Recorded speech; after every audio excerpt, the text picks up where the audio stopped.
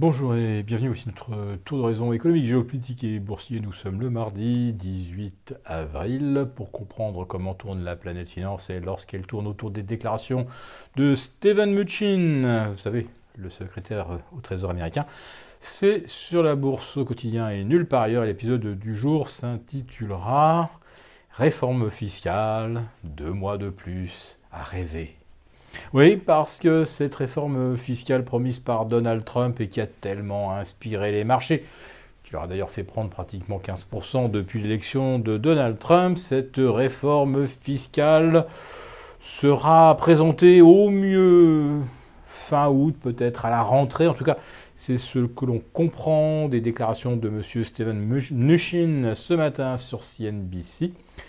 Des déclarations qui ont provoqué un assez net mouvement de consolidation sur des marchés qui avaient entamé la semaine sur une note légèrement positive après 4 jours de pause à Paris, le plus long pont de l'année, et un pont au cours duquel les opérateurs n'ont manifestement puisé aucune sorte d'inspiration, puisqu'on avait rouvert à l'équilibre, voire en très légère hausse ce matin, avant la douche froide qui nous a été administrée par M.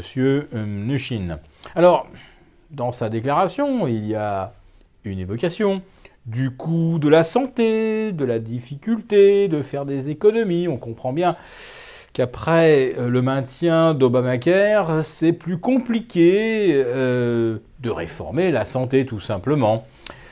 Et que cette santé coûte décidément très cher, très cher aux Américains, pratiquement 25% de plus qu'en France, puisque le coût de la santé aux États-Unis, c'est plus de 17,5% du PIB, pour des prestations qui ne sont certainement pas supérieures. Mais voilà, il y a le coût des assurances. Le coût des assurances, c'est en fait celui lié aux procédures judiciaires que n'importe quel patient peut intenter contre son médecin, son chirurgien, son praticien au sens large, pour n'importe quel prétexte, une cicatrice pas très esthétique, quelques aigreurs d'estomac et paf, c'est le procès. On fait le procès contre l'hôpital, contre le chirurgien, et tout cela accroît de façon mais démentielle le coût de la santé aux États-Unis. Je vous rappelle que pour une simple gastro-entérite, si vous consultez aux États-Unis, il vous en coûtera la modique somme de 700$ au minimum. Voilà donc pour le volet santé. Pour le volet fiscal, donc, probablement 2 mois de plus à rêver de ce que cela pourrait apporter aux entreprises américaines, puisque on pensait que les discussions commençaient en mai, qu'on aurait une première proposition en juin. Il faudra donc attendre effectivement fin août, puisque le Congrès américain sera en congé de toute façon au mois d'août. En ce qui concerne la politique monétaire de la Fed, on est toujours à se poser la question de savoir si elle va ou non commencer à réduire la taille de son bilan. Alors le réduire, non, elle ne va rien vendre, naturellement, elle va simplement ne pas renouveler le stock d'instruments de dette qui arrive à terme, qui arrive à échéance. Autrement dit, le bilan devrait se réduire de 450 milliards d'euros par an. La Banque centrale du Japon, elle, en revanche, eh bien, elle poursuit plein pot ses injections jusqu'à ce que l'inflation atteigne 2%. C'est pour 2147 d'après les estimations des économistes les plus sérieux.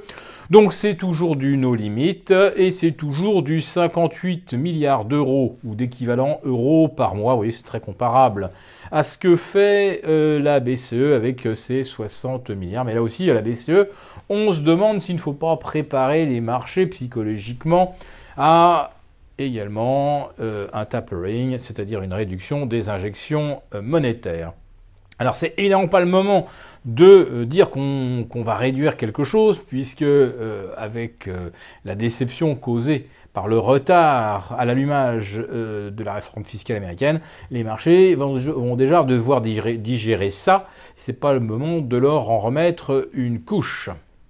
Et puis il y a, alors sur le volet géopolitique, eh bien, les gesticulations, les menaces de frappe préventive à l'encontre de la Corée qui a, semble-t-il, programmé un nouvel essai nucléaire pour le mois d'avril, qui continue d'ailleurs d'envoyer des missiles par-dessus la mer de Chine. Si jamais un tombait dans les eaux territoriales du Japon, ce serait considéré comme un acte de guerre et entraînerait une riposte. Alors on se demande maintenant à quoi songe Donald Trump, qu'est-ce qu'envisagent réellement les États-Unis. Alors envoyer un tapis de bombes GBU-43 comme celle larguée sur les grottes afghanes, ou carrément, on l'entend maintenant parmi des théoriciens du Pentagone, des petites bombes nucléaires tactiques. Ça serait donc le premier recours à l'arme nucléaire depuis Nagasaki et Hiroshima.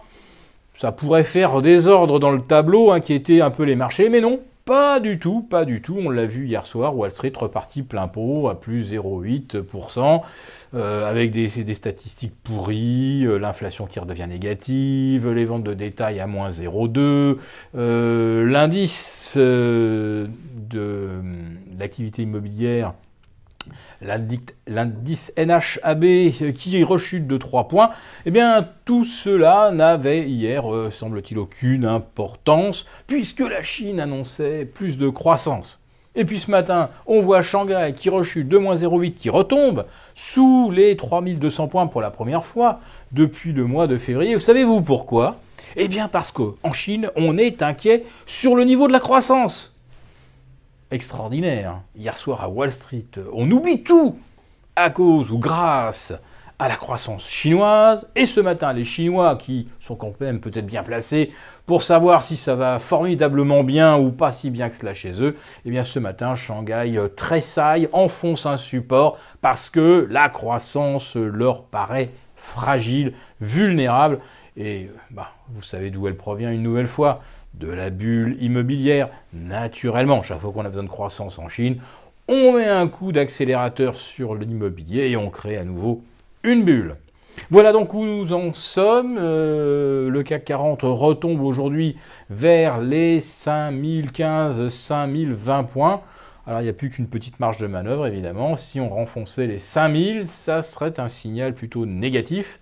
Mais pour l'instant, l'Eurostoxx lui tient bon. Ou en tout cas, il ne se replie que vers 3425, 3430. Il lui reste donc un peu plus de marge de sécurité. Il est vrai que si on enfonçait les 3004, là aussi ça pourrait conforter un signal de baisse. Mais si le CAC tout seul enfonce les 5000, ça ne suffit pas. Même si techniquement ça fragilise le CAC 40, ce n'est pas un élément suffisant pour valider un scénario de correction. Et je vais quand même en terminer sur un titre, moi, qui m'a un petit peu alerté. Regardez Peugeot. C'est la 12e séance de baisse consécutive sur Peugeot. Mais vous regardez Renault ou Valeo, vous verrez que la tendance n'est pas brillante non plus. Alors, on n'a pas 12 séances de baisse consécutive, mais enfin, ça c'est le genre de phénomène qu'on n'observe pas dans un marché haussier. Donc un marché qui n'est peut-être plus haussier, qui n'est peut-être pas encore baissier. Enfin franchement, entre la Corée du Nord, les chiffres pourris aux États-Unis, les banques centrales qui songent à réduire la taille de leur bilan, franchement, le CAC à 6000, vous y croyez encore?